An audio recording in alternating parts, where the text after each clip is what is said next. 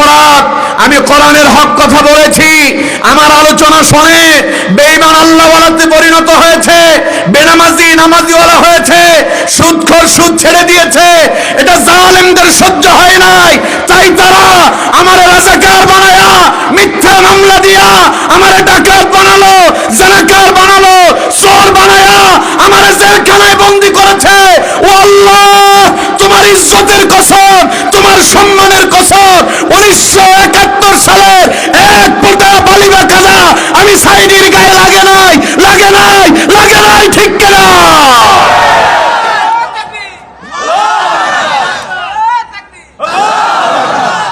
আমার বন্ধুগণ, তাইলে আল্লামা সাইদির অপরাধ কি ছিল? কোরআনের হক কথা। সবাই বলেন কি? ইন্নাল্লাহা ওয়া মালাইকাতাহু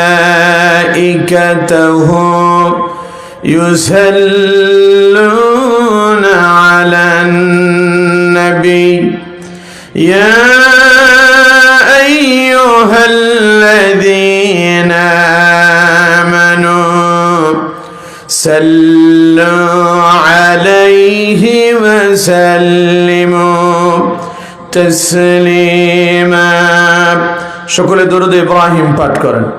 আল্লাহুম্মা সাল্লি আলা মুহাম্মাদ ওয়া আলা আলি মুহাম্মাদ কামা সাল্লাইতা আলা ইব্রাহিম ওয়া আলা আলি ইব্রাহিম ইন্নাকা হামিদুম মাজিদ। আপনারা কি খুব ক্লান্ত? কথা কয় না, খুব ক্লান্ত? শরীরে শক্তি আছে? নবীর সাথে শত্রুতা আছে কার কার? দেখি হাত তোলেন। কারো শত্রুতা নাই? নবীর প্রতি ভালোবাসা, দরদ, মোহাব্বত সকলের অন্তরে আছে না নাই? থাকলে জবান ছেড়ে মোহাব্বতের সাথে পড়ে আল্লাহুম্মা সাল্লি আলা মুহাম্মাদ ওয়া আলা আলি মুহাম্মাদ কামা সাল্লাইতা আলা ইব্রাহিম ওয়া আলা আলি ইব্রাহিম ইন্নাকা হামিদুম মাজিদ। اللهم بارك على محمد وعلى آل محمد كما باركت على إبراهيم وعلى آل إبراهيم إنك حميد مجيد। الحمد لله বাংলাদেশের ঐতিহ্যবাহী জেলা নাটোর জেলার অন্তর্গত সিংড়া উপজেলাধীন বন্দর আমতলা কেন্দ্রীয় জামে মসজিদ এবং দারুল উলুম কওমি ও হাফিজিয়া মাদ্রাসার উদ্যোগে আয়োজিত আজকের ঐতিহাসিক তাফসীরুল কোরআন মাহফিলের সম্মানিত সুযোগ্য সভাপতি জনাব আলহাজ মোহাম্মদ আবুল হোসেন বিশ্বাস আছেন তিনি? মাশাআল্লাহ। আমরা তার জন্য প্রাণ করে দোয়া করি। অত্যন্ত বয়োবৃদ্ধ তিনি। আমরা মহান মনিবের দরবারে দোয়া করছি আল্লাহ রাব্বুল আলামিন তাকে দীর্ঘ নেক হায়াত দারাজ করুন। আমরা পড়ি আমিন। গুজার হচ্ছে সকলে চিৎকার মেরে মোহাব্বতের সাথে পড়ছে আলহামদুলিল্লাহ। আরেকটু আওয়াজ দিয়ে পড়ুন আলহামদুলিল্লাহ। পড়ুন রব্বানা লাকাল হামদ হামদান কাসীরান তাইয়িবান মুবারাকান ফীহি ইয়া রাব্বি লাকাল হামদু কামা ইয়ানবাগী লিজালালি ওয়াজহিকা ওয়া আযীমি সুলতানিক। সবাই পড়ুন লা ইলাহা। আরো আওয়াজ দিয়া পড়ুন লা ইলাহা ইল্লাল্লাহু ওয়াহদাহু লা শারীকা লাহু লাহুল মুলকু ওয়া লাহুল হামদু ওয়া হুয়া আলা কুল্লি শাইইন কাদির। পড়ুন আলহামদুলিল্লাহ। আমরা আমাদের মনিবের শেখানো ভাষায় তার প্রশংসা আদায় করে নিয়েছি। সম্মানিত বন্ধুগণ, প্রিয় ভাই সাহেব, আজকের এই মাহফিল হওয়াতে আপনারা খুশি না বেজার? কম না বেশি? আপনাদের উপস্থিতি প্রমাণ করতেছে আপনারা কিছুটা খুশি হয়েছেন, তবে কিছু কিছু আবার অসন্তুষ্ট হয়। এরকমও মানুষ আছে না নাই? আরো জোরে বলতে হবে, আছে না নাই? এরকম সংখ্যাগুলো এখন কিছুটা কমেছে, বিগত 16 বছরে অনেক বেশি ছিল, ঠিক কিনা? কোরআনের মাহফিলের কথা শুনলে এক শ্রেণীর লোকের কলিজার ভেতরে আগুন ধরে যেত। ওরা কোরআনের মাহফিল বন্ধ করে দেওয়ার জন্য নানাবিধ ষড়যন্ত্র করত। ওরা কোরআনের মাহফিল করতে তাদের থেকে অনুমতি নিতে বাধ্য করা হতো, ঠিক কিনা?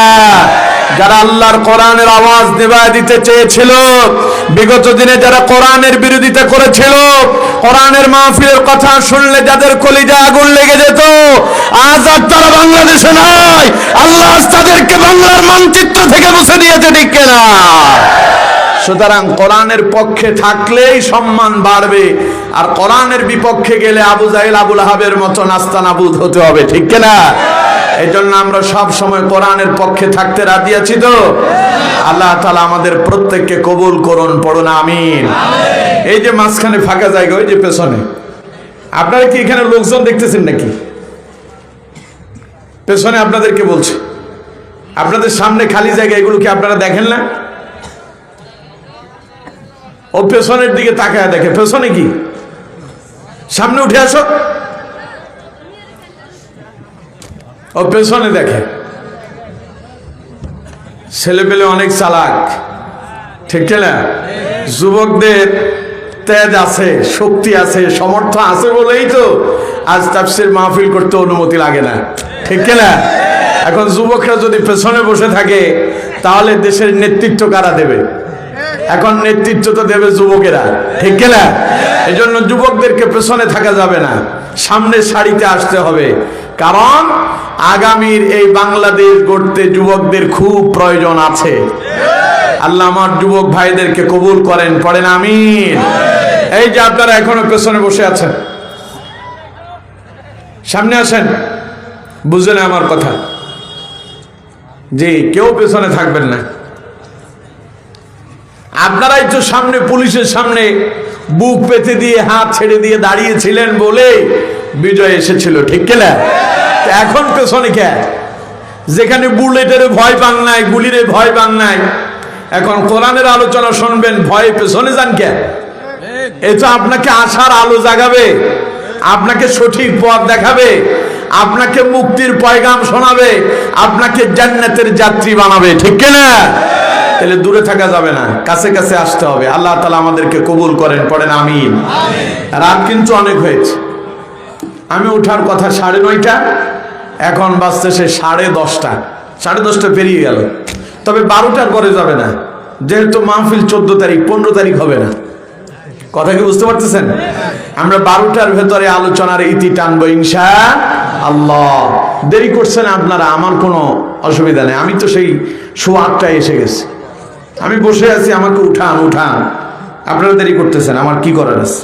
আসুন, সময় নষ্ট না করে বিতাড়িত শয়তানের ওয়াসওয়াসা থেকে পানা আছে পরম করুণাময় আল্লাহ পাকের নামে শুরু করি। যারা পারেন আমার সঙ্গে ঠোঁটে ঠোঁট মিলায় পড়ুন। আউযু বিল্লাহি মিনাশ শাইতানির রাজিম। বিসমিল্লাহির রাহমানির রাহিম।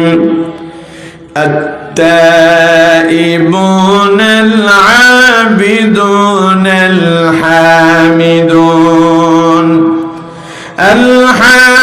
الحامدون السائحون الراكعون الساجدون الآمرون بالمعروف والناهون عن المنكر والحافظون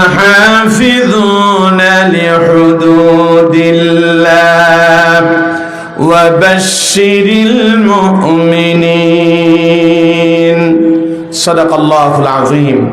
সম্মানিত বন্ধুগণ, প্রিয় ভাই সাহেব, আমি আপনাদের সামনে কোরআনুল কারীমের অত্যন্ত গুরুত্বপূর্ণ একটি সূরা সূরা আত-তাওবা থেকে একটি আয়াত কারিমা তিলাওয়াত করেছি। আয়াত নাম্বার হলো 112।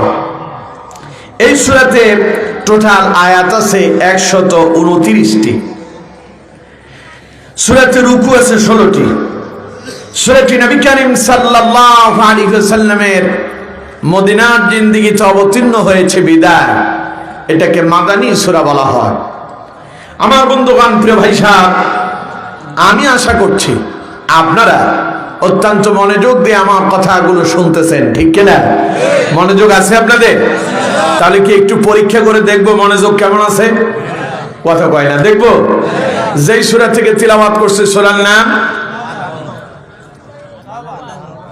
কয়েকজন বললো, বাকিরা তো বললেন না। সূরার নাম তাওবা। সূরার নাম তাওবা। এই সূরাতে টোটাল আয়াত সংখ্যা কত? এই যে ওই পাশে ছেলেটা কই, মাশাআল্লাহ, 129। এতে টোটাল আয়াত আছে কতটা? সবাই বলেন কয়টা?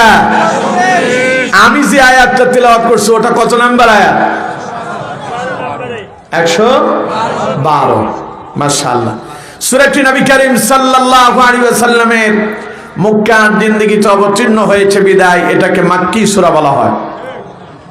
হ্যাঁ, মাদানী। কে আপনি বলছেন? আপনারা কি সমর্থন করেন? সমর্থন করেন? কয়েকজন এখনো মনে হয় সন্দেহের ভিতরে আছে। তার মানে বোঝা যাচ্ছে এখনো আপনাদের মনোযোগ আসে নাই, কেউ কেউ সন্দেহের ভিতরে আছেন। এই জন্য আমি বলছি আপনাদেরকে পরীক্ষা করে দেখবো আপনাদের মনোযোগ ঠিক আছে নাকি। কারণ আমার দেশে অনেক মাহফিল হয়, শ্রোতারাও আসে, খুব আলোচনা শোনে। পরের দিন সকালবেলা চায়ের দোকানে গিয়ে গল্প গুজব করে আর বলে গতকাল এক প্রধান বক্তা আসছে, সব ফাটায় ফেলছে। তো চায়ের দোকানদার তো আর চা বিক্রিতে ব্যস্ত ছিল, সেই তো আর মাহফিলে যেতে পারে না। জিজ্ঞাসা করতেছে, আচ্ছা কি ফাটাইছে, দুই একটা কল তো দেখি। কই তা তো আর মনে নাই। এইরকমও কিছু শ্রোতা আছে না নাই? কথা কয় না, আছে না নাই? এখন আপনারা কি তাদের মতো হতে চান? আগামীকাল যেন আরেকজনের কাছে কোরআনের মেসেজটা পৌঁছায় দিতে পারেন। রাসূল বলছেন, বাল্লিগু আন্নি ওয়ালাউ আয়া, আমার পক্ষ থেকে একটা বাণী, একটা বাক্য, একটা শব্দ হলে অন্যের নিকট পৌঁছায় দেন। সুবহানাল্লাহ। তো আসছেন, কিছু শোনেন, বুঝেন, সঙ্গে নিয়ে যান, নিজে আমল করেন, আরেকজনের কাছে দাওয়াতি কাজ করেন। এটাই হোক আমাদের আগামী দিনের প্রত্যাশা এবং কর্মসূচি। পারবো তো ইনশাআল্লাহ? আল্লাহ আমাদেরকে কবুল করেন, পড়েন আমিন। তাহলে আমার বন্ধুগণ, আমি আরেকবার বলি, সূরার নাম সূরাতুত তাওবা। এতে টোটাল আয়াত আছে 129টি। আমি একটি আয়াত কারিমা তিলাওয়াত করেছি, আয়াত নাম্বার হলো 112। সূরাটি নবী করিম সাল্লাল্লাহু আলাইহি ওয়াসাল্লামের মদিনার জিন্দেগিতে অবতীর্ণ হয়েছে বিদায় এটাকে মাদানী সূরা বলা হয়। আমার বন্ধুগণ, তাওবা শব্দের অর্থ হলো আত্মসমর্পণ করা, অথবা অনুশোচনা করা, অথবা ফিরে আসা। আমার বন্ধুগণ, যে আয়াত কারিমাটি আমি আপনাদের সামনে তিলাওয়াত করেছি, এই আয়াত কারিমার উপরে আজকে আমরা যথারীতি আলোচনা শুনবো ইনশাআল্লাহ। ওয়া মা তাওফীকি ইল্লা বিল্লাহ, সুবহানাকা লা ইলমা লানা ইল্লা মা আল্লামতানা ইন্নাকা আনতাল আলিমুল হাকীম। সকলে একটু মুহাব্বতের সাথে পড়েন আমিন। এই পাশে যদি বসতে অসুবিধা হয়, এই যে আপনাদেরকে বলছি ডান পাশে, বাম পাশে জায়গা আছে, এদিক দিয়ে চলে আসেন। ওইদিকে যদি বিছানাপত্র না থাকে বাম পাশে চলে আসেন, এইদিকে যথেষ্ট জায়গা আছে। আমার বন্ধুগণ, আমি যে আয়াত কারিমাটি তিলাওয়াত করেছি, এই আয়াত কারিমার ভেতরে আল্লাহ পাক মুমিনদেরকে জান্নাতের সুসংবাদ প্রদান করেছেন। সুবহানাল্লাহ। এখন আপনারা যারা এখানে আসছেন, এখানে কেউ কি মুনাফিক আছেন? সবাই বলেন মুনাফিক আছেন? কাফের আছেন কারা? দেখে হাত তোলেন। কাফের নাই? মুমিন কারা কারা? দেখে হাত তোলেন। লিল্লাহি তাকবীর, লিল্লাহি তাকবীর। আল্লাহ তুমি আমাদের প্রত্যেককে তোমার মুমিন বান্দা হিসেবে কবুল করো, করেন আমিন। আমার বন্ধুগণ, তাহলে আমরা যারা মুমিন, মুমিনদের জন্য আল্লাহ পাক সুসংবাদ প্রদান করছেন। মুমিনদের ভেতরে যদি 8টা গুণ থাকে, কয়টা? সবাই বলতে হবে কয়টা? 8টা গুণ যদি কোনো মুমিনের ভেতরে থাকে, আল্লাহ পাক তার নবীকে বলছেন, আমার নবী আপনি আমার সেই মুমিন বান্দাকে সুসংবাদ প্রদান করেন জান্নাতের। সুবহানাল্লাহ। তাহলে আসুন, সেই কোয়ালিটিগুলো কি? আমরা কি সেই জাতের মুমিন হতে পেরেছি নাকি? এই সুসংবাদটা আমাদের জন্য আসছে কিনা? আমরা কি নিজেকে সেইভাবে তৈরি করতে পারলাম কিনা? না পারলে আমরা এইভাবে নিজেকে তৈরি করতে পারবো কিনা? এখান থেকে আজকে আমরা আলোচনা শুনে প্রতিজ্ঞাবদ্ধ হব এবং আগামীতে আমরা এর উপর আমল করার জন্য চেষ্টা করব। আল্লাহ পাক আমাকে আমলের নিয়তে বলা আর আপনাদেরকে আমলের নিয়তে শোনার তৌফিক দান করুন, পড়ুন আমিন। আমার বন্ধুগণ, শুনুন, আল্লাহ রাব্বুল আলামিন শুরু করেছেন এইভাবে, আত-তাইবুনাল আবিদুনাল হামিদুনাস সাইহুন আর-রাকিউনাস সাজিদুনাল আমিরুনা বিল মা'রুফ والناهون عن المنكر والحافظون لحدود الله وبشر المؤمنين। পড়েন আল্লাহু আকবার। আল্লাহ পাক বলছেন আত-তাইবুন, নবী সুসংবাদ দেন ওই সমস্ত মুমিনদেরকে যারা তাওবাকারী হবে। কি হবে গন্ধ? সবাই বলতে হবে কি? তাওবা। বুঝেন তো? তাওবা মানে কি বলেন তো? আগেই বলছিলাম, তাওবা মানে আত্মসমর্পণ করা, ফিরে আসা, অনুশোচনা করা, অনুতপ্ত হওয়া, ক্ষমা চেয়ে নেওয়া। তাহলে আমার বন্ধুগণ, তাওবা করবে কারা? অপরাধী যারা। আজকের মাহফিলে অপরাধ করেন না এরকম কারা কারা আছেন? হাত তোলেন। জীবনে অপরাধ করেন নাই আছেন কেউ? তাহলে আছে নাকি? কেউ কি হাত উঠেছে? জি, আমি উঠেছি, দেখছেন? আমি বলছি কারা কারা আছেন হাত তুলেন। আপনি উঠেছেন। একটু চিন্তা ভাবনা করে কথা বলতে হবে, খেয়াল করেন। আমার বন্ধুগণ, প্রিয় ভাই সাহেব, হাসাহাসি না, এগুলো হাসাহাসির বিষয় না। প্রিয় বন্ধুগণ, প্রিয় ভাই সাহেব, তাহলে আমরা জীবনে সবাই কম বেশ অপরাধ করছি। অপরাধ করেন নাই শুধুমাত্র নবীরা। নবীদের জীবনে কোনো অপরাধ, কথা বলেন না কেন? নবীদের জীবনে কোনো অপরাধ, এরপরেও সারা জীবন নবীরা আল্লাহর দরবারে কেঁদেছেন। নবীদের ভেতরে সবচাইতে শ্রেষ্ঠ নবী যিনি, নবীদের নবী যাকে বলা হয় সাইয়্যিদুল মুরসালিন, ইমামুল মুরসালিন, নবীদের নেতা, তিনি হলেন আমার নেতা, আমার নবী, আপনার নবী, বিশ্ব মানবতার নবী জনাবে মুহাম্মদুর রাসূলুল্লাহ সাল্লাল্লাহু আলাইহি ওয়াসাল্লাম। সেই নবী পর্যন্ত আল্লাহর দরবারে প্রতিদিন 100 বারের উপরে তিনি তাওবা করেছিলেন। দৈনিক কতবার? 100 বার। হাদিসের ভেতরে এসেছে, নবী করিম সাল্লাল্লাহু আলাইহি সাল্লাম বলছেন, ইয়া আইয়ুহান নাস তুবু ইলাল্লাহ, হে মানব গোষ্ঠী, মানব সম্প্রদায়, তোমরা আল্লাহর দরবারে তওবা করো। ফাইন্নী আতুবু ফিল ইয়াউমি ইলাইহি মিআতা মাররা, কারণ আমি নবী দৈনিক আল্লাহর দরবারে 100 বার তওবা করি। নবী কতবার করেন? সবাই বলেন কতবার? নবীর জীবনে গুনাহ আছে? সবাই বলতে হবে কোন গুনাহ আছে? এরপরে নবী তওবা করতেছেন। এবার চিন্তা করেন, যেই নবীর জীবনে কোনো গুনাহ নাই, সেই নবী যদি দৈনিক 100 বার করে, আমাদেরকে তো 1000 বার করার দরকার ছিল, ঠিক না? কিন্তু দেখেন আমরা জীবনে কত অন্যায় করতেছি, অপরাধ করতেছি প্রতিদিন, জেনে শুনে জানি এটা অপরাধ, এরপরেও করছি, কোনো অনুশোচনা নাই, ঠিক না? ওই যে কাদের সিদ্দিকীর এক ভাই আছে, নাম হলো লতিফ সিদ্দিকী। লতিফ সিদ্দিকী গত 2 মাস আগে এক মাহফিলে এসে বক্তব্য দিতে গিয়া বলল, কয় যে তার জীবনে নাকি কোনো গুনাহ নাই। নাউজুবিল্লাহ বললেন না? অথচ যে লোকটা বলতেছে তার জীবনে গুনাহ নাই, তার মুখে দাড়ি নাই। দাড়িটা রাসূলুল্লাহর কি? সবাই বলেন দাড়িটা রাসূলুল্লাহর কি?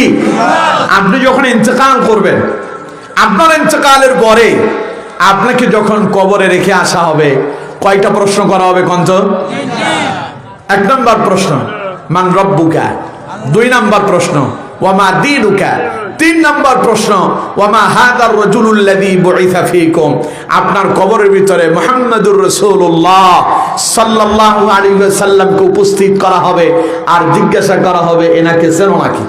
সুবহানাল্লাহ। কোন আমার বন্ধুগণ, দুনিয়া থেকে যখন বিদায় নিয়ে যাবেন, মাথায় টুপি থাকবে না, গায়ে পাঞ্জাবি থাকবে না, আমল যা করতেছেন সব গোপন থেকে যাবে, আপনার বাড়ি গাড়ি কিছুই আপনার সঙ্গে যাবে না।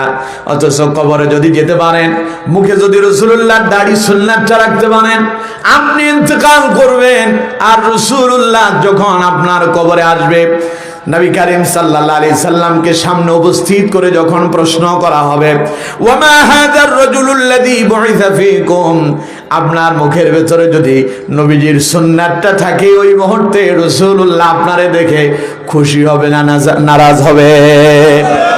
তাহলে এই জন্য রাসূলুল্লাহর সুন্নাতটা রাখার দরকার আছে না নাই? সবাই বলতে হবে আছে না নাই? যাদের মুখে দাড়ি নাই তাদেরকে বলবো দয়া করে রাসূলুল্লাহর এই সুন্নাতটারে জীবিত করেন। এতে কল্যাণ আছে, এতে সম্মান আছে, মর্যাদা আছে, ঠিক কিনা? জোরে বলেন ঠিক কিনা? এখন যে শয়তান বলতেছে কয় যে আমার জীবনে কোনো গুনাহ নাই, ওর মুখে দাড়ি নাই, আবার সে বলতেছে মাওলানা সাহেবরা যখন দোয়া করে, হুজুরেরা যখন দোয়া করে শ্রোতাদেরকে নিয়ে, আল্লাহ তুমি আমাদেরকে মাফ করে দাও, ও কয় যে তখন আমি আমিন বলি না, কারণ আমি তো গুনাহই করি না। অথচ আমার বন্ধুগণ, নবী করিম সাল্লাল্লাহু আলাইহি ওয়াসাল্লাম যার জীবনে কোনো গুনাহ নাই, অপরাধ নাই, সেই নবী দৈনিক আল্লাহর দরবারে কতবার ক্ষমা চেয়েছেন? আর ওই শয়তান কয় আমার জীবনে গুনাহই নাই। তা আমার দেশে এরকম অসংখ্য মানুষ আছে জেনে বুঝে অপরাধ করে, জানে এটা অপরাধ, এরপরেও করছে, এরপরে অনুশোচনা নাই। অথচ আমার বন্ধুগণ, আল্লাহ রাব্বুল আলামিন বলছেন এটা মুমিনদের স্বভাব নয়।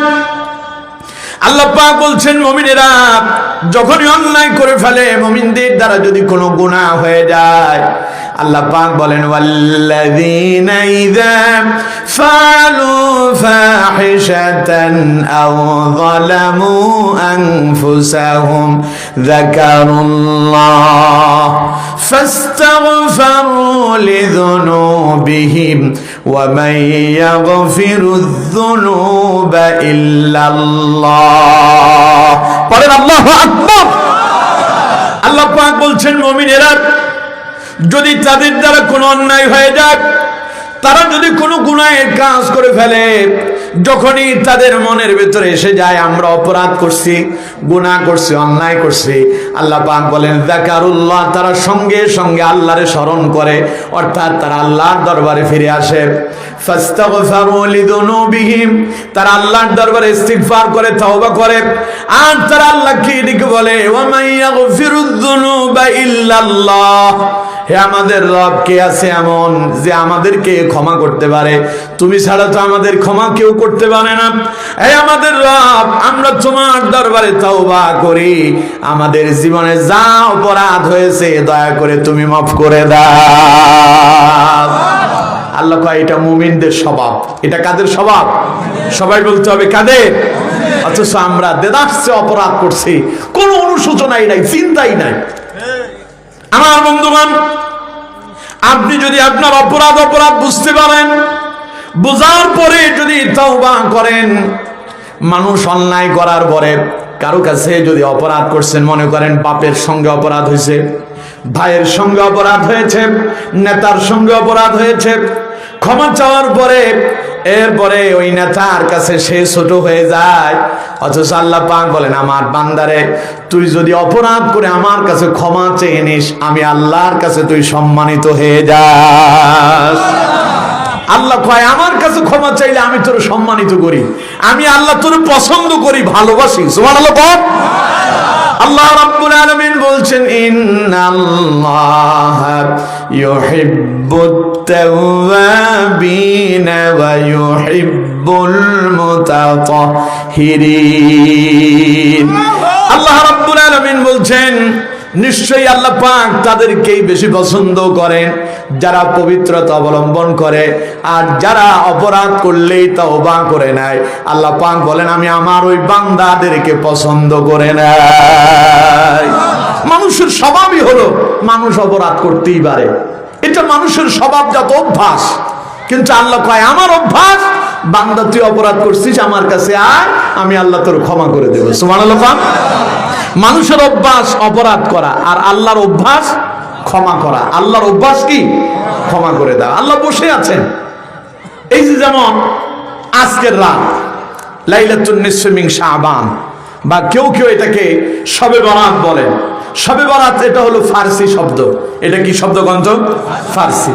ফার্সিতে সব মানে রাত আর বরাত মানে ভাগ্য রজনী। ভাগ্য, তাইলে দুইটাকে একত্রিত করলে কি হয়? ভাগ্য রজনী। ভাগ্য মানে কিসের ভাগ্য? এই ভাগ্য মানে হচ্ছে যার কপাল ভালো আজ সেই মুক্তি পেল। সুবহানাল্লাহ কয় না কে?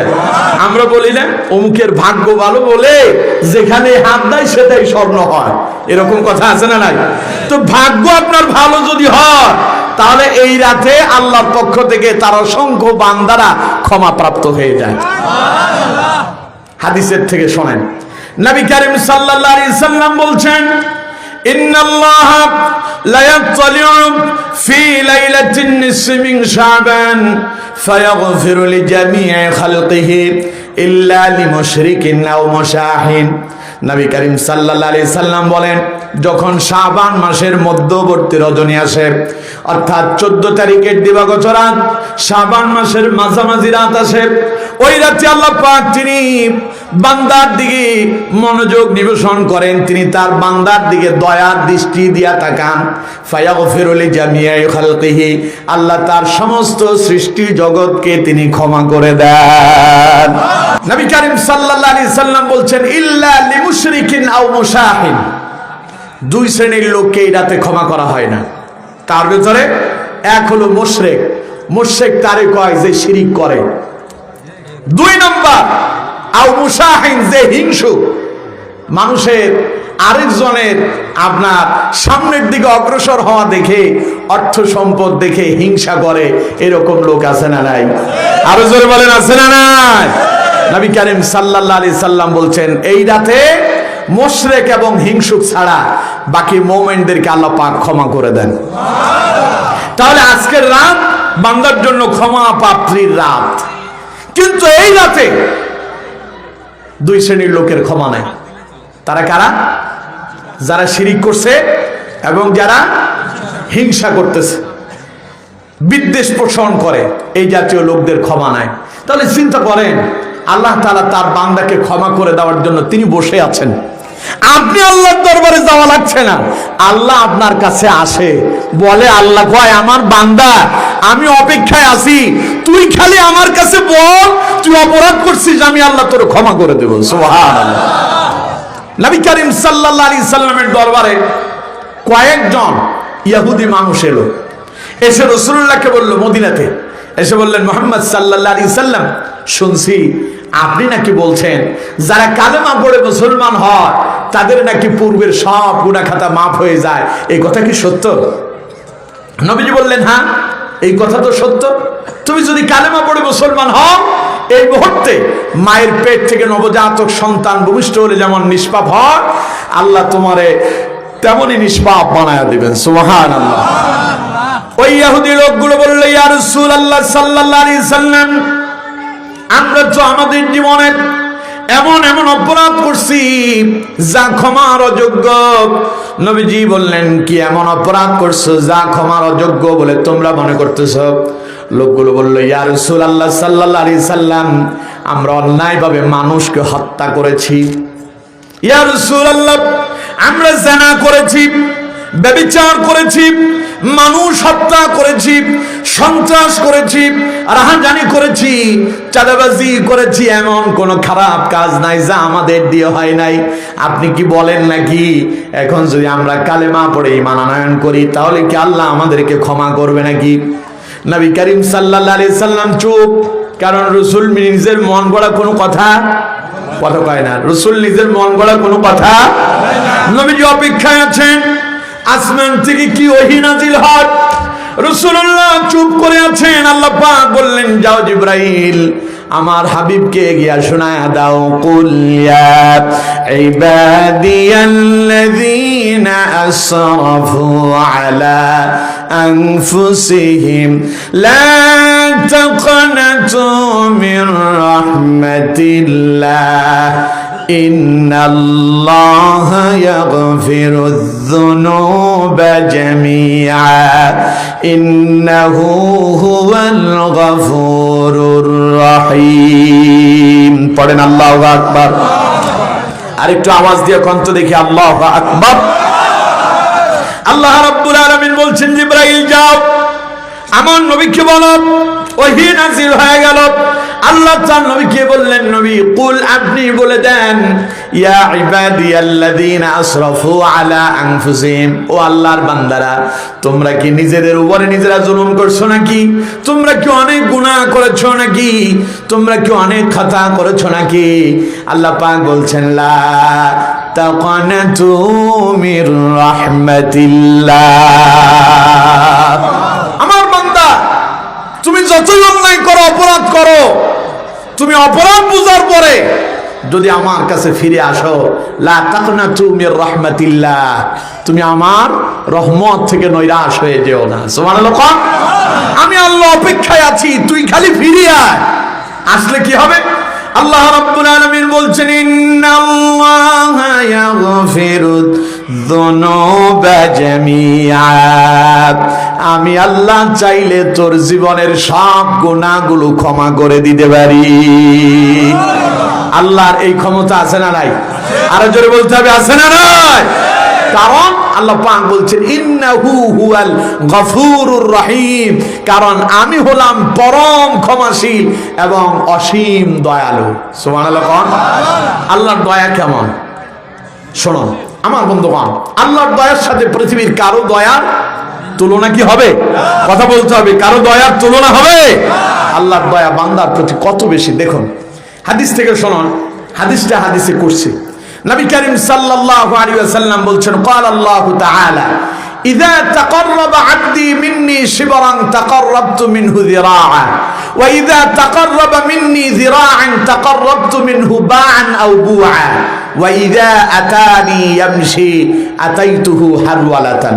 নবী করিম সাল্লাল্লাহু আলাইহি ওয়াসাল্লাম বলছেন, আল্লাহর কোন বান্দা যদি অন্যায় করে, অপরাধ করে, গুনাহ করে, আর গুনাহটাকে গুনাহ হিসেবে যদি বুঝতে পারে, আল্লাহ পাক বলছেন বান্দা যখন গুনাহকে গুনাহ বুঝলো আর গুনাহ থেকে পরিত্রাণ পাওয়ার জন্য, ইযা তাকাররাবা আবদি মিন্নি শিবরান তাকাররাবতু মিনহু যিরাআ, আমার বান্দা যদি ক্ষমার জন্য তাওবার দিকে যদি এক বিগত পরিমাণ এগিয়ে যায়, আমি আল্লাহ আমার বান্দাটারে ক্ষমা করার জন্য এক হাত সামনে এগিয়ে যাই। আপনি গেলেন কতটুকু? সবাই বলেন কতটুকু? এক বিগত, এক বিগত, এক হাতের অর্ধেক। এক বিগত বলে এই যে বৃদ্ধা আঙ্গুলি এবং কনিষ্ঠ আঙ্গুলি দুইটারে টান টান করলে এটারে কয় এক বিগত।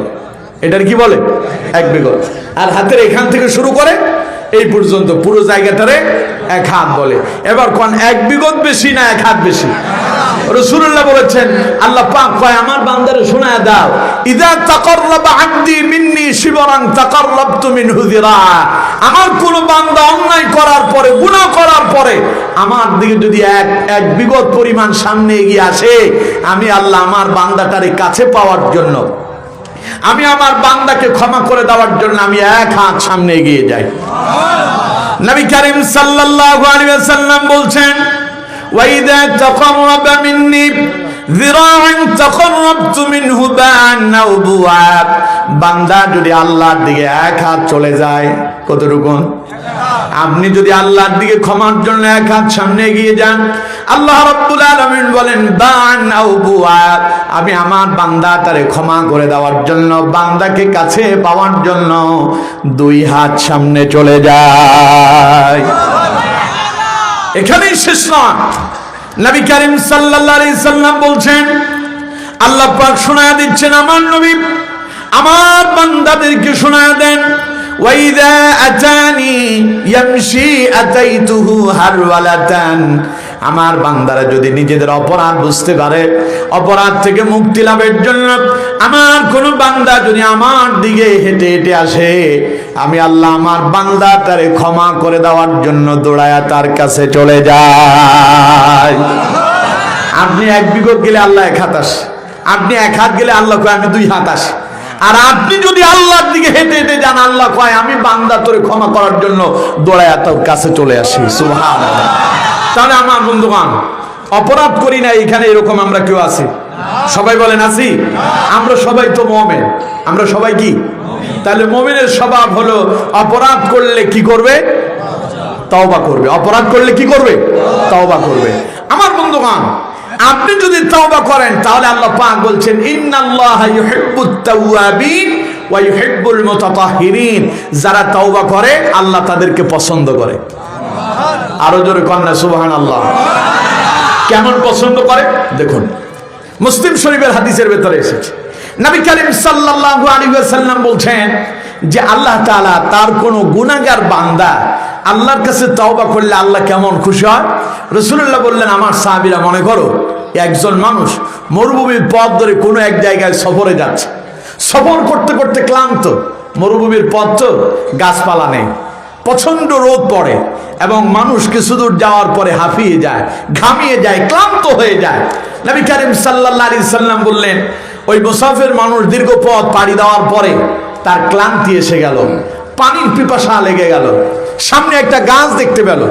সেই গাছটা দেখে সেই মুসাফির মানুষ ওই গাছের নিকটে বসে পড়ল, ছায়াতে বসে আরাম করতেছে। আরাম করতে গেল যখন, লোকটার আকস্মিক তন্দ্রা এসে গেল, ঘুম এসে গেল। সেই যে বাহনে এসেছিল ওই বাহনটা ছিল উট, উটের পিঠের ভেতরে ছিল তার খাবার পানি সবকিছু সেখানে মজুদ ছিল। উটটাকে পাশে রেখে সেই যখন ক্লান্তি দূর করতে গেল, লোকটার তন্দ্রা এসে গেল, ঘুম এসে গেল। কিছুক্ষণ পরে সে যখন ঘুম থেকে জাগ্রত হলো, তাকায় দেখে তার উট নাই, তার মানে উটের সঙ্গে খাবারও নাই। ঠিক কিনা? মরুভূমি এমন এক জায়গা, মরুভূমি এমন এক জায়গা, সেখানে কেউ যদি একবার পথ হারিয়ে যায়, মরা ছাড়া আর কোনো পথ, কথা কয় না, মরণ ছাড়া আর কোনো পথ। নবী করিম সাল্লাল্লাহু আলাইহি সাল্লাম বলছে লোকটা তার উট হারায় ফেললো। মরুভূমিতে সবচাইতে প্রয়োজনীয় জিনিসের নাম পানি। এই জন্য সৌদি আরবে তেলের চাইতে পানির দাম বেশি। জানেন এটা আপনারা? কথা কয় না, জানেন?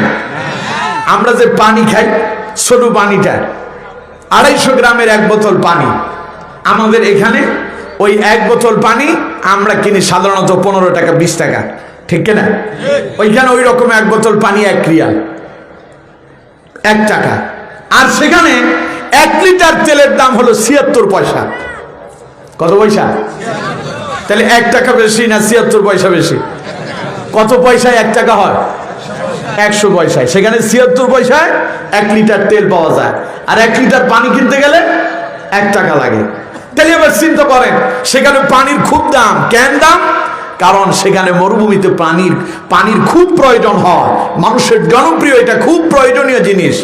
এখন লোকটা মরুভূমিতে তার ঘুমাতে গিয়ে ক্লান্তি দূর করতে গিয়ে তার উটও হারায় গেল, খাবারও গেল, পানিও গেল।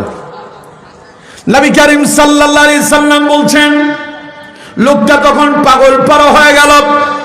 উট গেল কই, উট গেলে কই, উট খুঁজতেছে, উট খুঁজে পায় না। দীর্ঘ পথ ঘোরার পরে যখন উট খুঁজে পেল না, মনটা দারুণ খারাপ হয়ে গেল। আবারও সেই গাছের নিকটে এসে হতাশ মনে বসে আছে, অপেক্ষা করতেছে কখন তার মৃত্যু আসবে। কারণ এখন তার কাছে আর কোনো পথ নাই, পানি নাই, পিপাসায় পানির জন্য গলা শুকিয়ে মৃত্যুবরণ করতে পারে। তাই লোকটা হতাশ হয়ে বসে আছে, মৃত্যু কখন আসবে এমন অপেক্ষা যখন করতেছে, রাসূলুল্লাহ বললেন লোকটার আবার ঘুম এসে গেল। কিছুক্ষণ পরে আবার যখন তার ঘুম ভাঙলো, সে তাকায় দেখে তার হারিয়ে যাওয়া উটটা তার পাশে এসে দাঁড়ায় আছে। নবীজি বললেন আমার সাহাবীরা, লোকটা তার ওই হারিয়ে যাওয়া উট দেখে লাফ দিয়ে উঠলো, উঠে উঠের লাগাম টেনে ধরলো, খুশিতে বলে ফেললো আল্লাহুম্মা আনতা আবদি ওয়া আনা রাব্বুক। কি বললো কান্ত?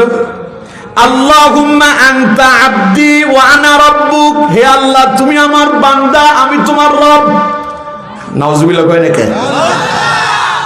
কথাটা হওয়ার কথা কি ছিল? আল্লাহুম্মা আনতা রাব্বি ওয়া আনা আবদুক, হে আমার আল্লাহ তুমি আমার রব আমি তোমার গোলাম। কিন্তু সে কি বলল? আল্লাহুম্মা আনতা আবদি, আল্লাহ তুমি আমার গোলাম, ওয়া আনা রব্বুকা আমি তোমার রব। খুশিতে, কিসে? কথা পায় না, কিসে? খুশিতে। কি যে বলবো, তার ভাষা হারিয়ে ফেলছে। তবে এটা ইচ্ছাকৃত না, এটা কিসে না? কথা কয় না, ইচ্ছাকৃত না, আকস্মিক। হারিয়ে যাওয়া ওট খাবার পানি যখন ফিরে পেল, লাফ দিয়ে উঠা সে উল্টা কথা বলে ফেলছে আল্লাহুম্মা আনতা আবদি ওয়া আনা রাব্বুক, আল্লাহ তুমি আমার বান্দা আমি তোমার রব। আসলে বলার কথা ছিল আল্লাহ তুমি আমার রব আমি তোমার গোলাম, কিন্তু ভুলে আনন্দে উল্টো কথা বলেছে। নবী করিম সাল্লাল্লাহু আলাইহি সাল্লাম বলেন আল্লাহর কোন বান্দা অপরাধ করার পরে সে যদি অনুশোচনা করে, তাওবা করে যদি ফিরে আসে, মরুভূমিতে হারিয়ে যাওয়া উট ফিরে পেয়ে লোকটা খুশিতে যাওয়া কথাটার উল্টো করে ফেলে। নবী করিম সাল্লাল্লাহু আলাইহি সাল্লাম বলেন আল্লাহর কোন বান্দা নামাজ পড়ে নাই, কোরআন পড়ে নাই, দ্বীন মানে নাই, ইসলাম মানে নাই, দ্বীন থেকে দূরে সরে গেল, আকস্মিক বুঝতে পেরেছে আমি যে অন্যায় করছি, এই কথা বুঝতে পেরে যখন ফিরে আসে, মরুভূমিতে হারিয়ে যাওয়া উট ফিরে পেয়ে লোকটা যতটুকু খুশি হয় আল্লাহ পাক এর চাইতে বেশি খুশি হয়ে যান। তাহলে আমার বন্ধুগণ, জীবনে অপরাধ তো সবাই করছে, করছি না? সবাই বলেন করছি না? তাইলে এখন আমাদের কাজ কি? বুঝেন না মনে হয়? সবাই বলেন কাজ কি? তাওবা করা। তাওবা মানে কি বললাম? ফিরে আসা। তাওবা মানে ফিরে আসা, আত্মসমর্পণ করা। তাওবা মানে আমার দেশে অনেকে আছে মরার সময় হুজুর ডেকে বাড়িতে নিয়ে বলে হুজুর আমার আব্বারে তাওবা পড়াইয়া দেন। এইরকম সিস্টেম কি আপনাদের নাটোরে আছে? এটা তাওবা না। তাওবা তিন প্রকার। তাওবা কয় প্রকার? সবাই বুঝেন, খুব ভালো করে বুঝেন। তাওবা কয় প্রকার? তিন প্রকার। একটা হলো আত-তাওবাতুন নাসুহা অথবা আত-তাওবাতু আস-সাহিহা, না আত-তাওবাতু আন-নাসুহা অথবা আত-তাওবাতু আল-ইসাহা, আর আরেকটা হলো আত-তাওবাতু আস-সাহিহা, আর আরেকটা হচ্ছে আত-তাওবাতুল ফাসিদা। কয়টা হলো? তাওবাতুন নাসুহা অথবা তাওবাতুল ইসাহা হলো সঠিক তওবা, খালেস তওবা, যেই তওবার পরে বান্দা আর গুনাহ করবে না। চূড়ান্ত তওবা, আল্লাহ আমি নামাজ পড়ি নাই জীবনভর, আর কোনোদিন নামাজ ছাড়বো না, আমি তোমার সঙ্গে চূড়ান্ত তওবা করেছি, আমি ফিরে এসেছি। এটাকে কি বলে? তাওবাতুন নাসুহা অথবা আত-তাওবাতু আল-ইসাহা, খালেস তওবা, প্রকৃত তওবা। আর আরেকটা হলো তাওবাতুস সাহিহা, এটাও সহি তওবা। কেমন সেটা? মনে করেন আপনি আজকে কোরআনের মাহফিল চলছে, কোরআনের মাহফিলের সময় কোরআনের মাহফিলে না এসে আপনি গান বাজনা শুনছেন। গান বাজনা শোনার পরে আপনার মনে হলো আমি কোরআনের মাহফিলে না গিয়ে আজকে গান বাজনা শুনলাম, কাজটা আমার ঠিক হলো না। আপনি এবার আল্লাহর কাছে ক্ষমা চাচ্ছেন, আল্লাহ আমি যে গান বাজনাটা শুনলাম আমার অপরাধ হয়েছে, আল্লাহ তুমি আমারে মাফ করে দাও। এটারে বলে আত-তাওবাতু আস-সাহিহা, সহি তওবা। অর্থাৎ বান্দা বারংবার অপরাধ করতেছে, আবার বারবার আল্লাহর কাছে তওবা করতেছে। আর তিন নাম্বার হলো আত-তাওবাতু আল-ফাসিদা, নষ্ট তওবা, যেই তওবার কোনো ভিত্তি নাই, মুখে মুখে বলা, অন্তর থেকে স্বীকৃতি না দেয়া। এখন আপনার বাপ মরার সময় হয়েছে, হুজুরে ডেকে নিয়ে বলতেছেন হুজুর আমার আব্বারে তওবা পড়ায় দেন। হুজুর পড়ায় তওবা কিয়া মাইনে সব্বুরি বাতু সে আর সব্বুরি কামু সে, আয় আল্লাহ তওবা মাইনে কর রায়, আমি তোমার কাছে এই তওবা করতেছি, আমার জানা অজানা সব গুনাহ খাতা তুমি মাফ করে দাও। হুজুর যা কয়, মৃত মানুষ মৃত সজ্জায় যিনি আছেন তিনিও তাই বলতেছেন, তবে এটা মুখের কথা, অন্তরে নয়। এই তওবা নষ্ট তাওবা, মুখে মুখে বলা, অন্তরে স্বীকৃতি না দেওয়া। এই জন্য নিজের তাওবা নিজেরে করতে হয়। নিজের তাওবা কি? আপনি কি অপরাধ করছেন? আমি হুজুর জানি, কথা কয় না, আমি জানি। আমি কি অপরাধ করছি আপনি জানেন? আমরা সবাই অপরাধ করছি, কিন্তু কার কোন অপরাধ নিজেই ভালো জানি। আমার অপরাধের কথা আমি আল্লাহর কাছে বলবো, আমার অপরাধের কথা যখন আমি আল্লাহর কাছে বলবো, তখন আমার চোখ দিয়ে পানি আসবে, আমার ভেতরে ভয় কাজ করবে, তখন আল্লাহ আমার তওবাটারে কবুল করবে। আমি যদি আপনার জন্য মাফ চাই, আপনার অপরাধ কি আমি জানি না, আপনার নিজের ভেতরে ক্ষমা পাওয়ার কোনো আশাই নাই, তওবার কোনো চিন্তা ভাবনা আপনার নাই, আমি দোয়া করলে আপনার তওবা কাম হবে না। কথা কি বুঝতে পারছেন? এর জন্য নিজের তাওবা নিজেকে করতে হবে। আমার বন্ধুগণ, তাওবা যদি করেন তাহলে লাভ কি হবে?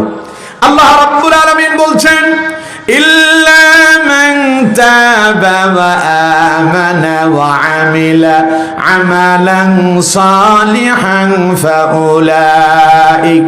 ফাউলাইকা ইউবাদদিলুল্লাহু সাইয়্যাতিহিম হাসানাত ওয়া কানাল্লাহু গফুরার রাহিমা।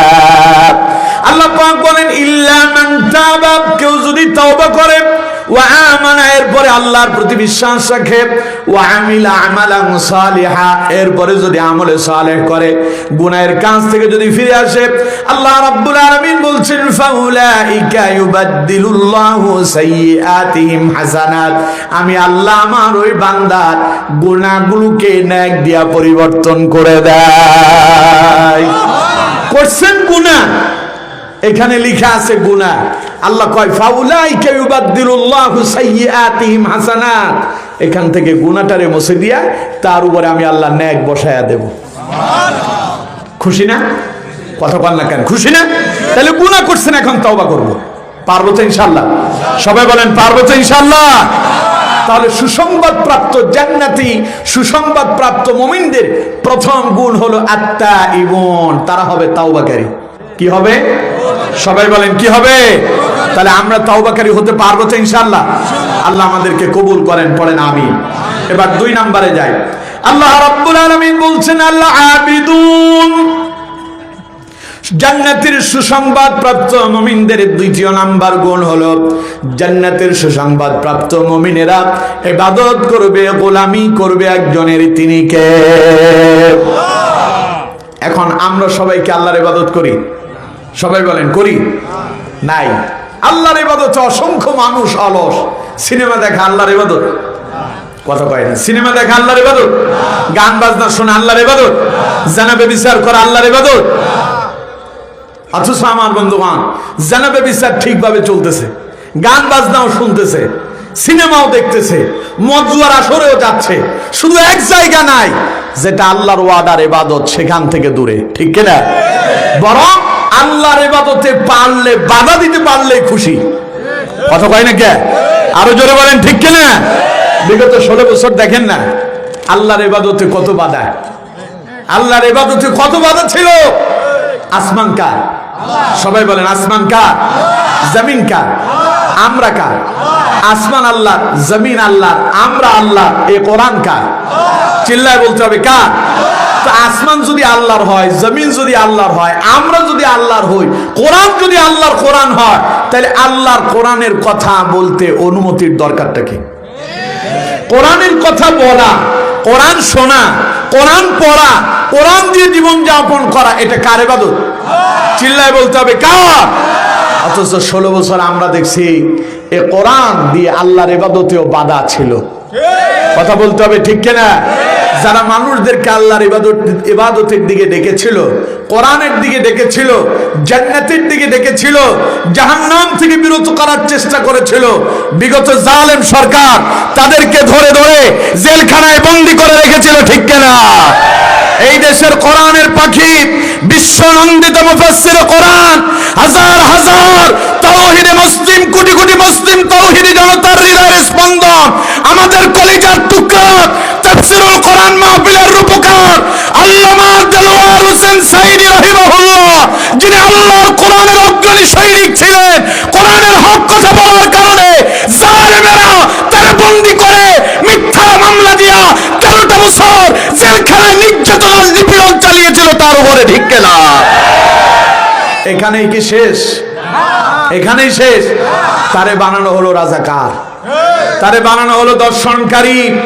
আল্লামা সাইদি বলেছিলেন তার কলিজার টুকরা সন্তান রফিক বিন সাইদির জানাজায় সন্তানের কফিন সামনে রেখে বলেছিলেন, ও আল্লাহ, তোমার ইজ্জতের কসম, তোমার সম্মানের কসম, 1971 সালের এক ফোঁটা বালি বা কাদা আমি সাইদির গায়ে লাগে নাই, লাগে নাই, লাগে নাই, ঠিক কিনা? আরো জোরে বলতে হবে কি? নিজেরা তো ইবাদত করলোই না, যেখানে আল্লাহর ইবাদত সেখানেই বাধা। আমির হামজাকে গ্রেফতার করা হলো। আমির হামজা চুরি করছিল, ডাকাতি করছিল। এই দেশের ইতিহাস, চোরগুলো রাস্তায় ঘুরে বেড়ালো, সন্ত্রাস রাস্তায় ঘুরে বেড়ালো, মাদকাসক্ত লোকেরা রাস্তায় ঘুরে বেড়ালো, সাদাবাজেরা রাস্তায় ঘুরে বেড়ালো, আর আলেমেরাই শুধু জেলখানায় বন্দী ছিল, ঠিক কিনা? তার মানে আল্লাহর ইবাদতে ছিল বাধা, করতেই দেবে না। বক্তার নাম শোনার পরে কয় যে এর আলোচনার ভেতরে সাইদির গ্রান পাওয়া যায়, তার মানে এটা রাজাকার। কথা পান না কেন?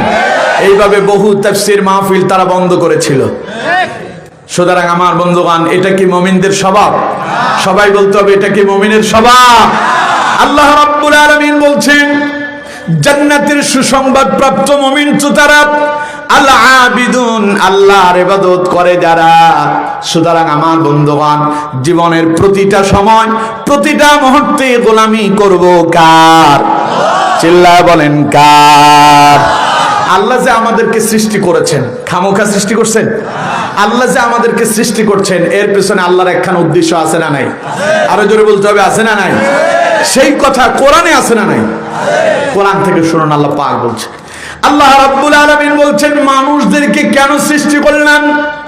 ও মানব গোষ্ঠী, তোমরা শোনো, ওয়ামা খালাকাতুল জিন্না ওয়াল ইনসা ইল্লা লিয়াবুদুন।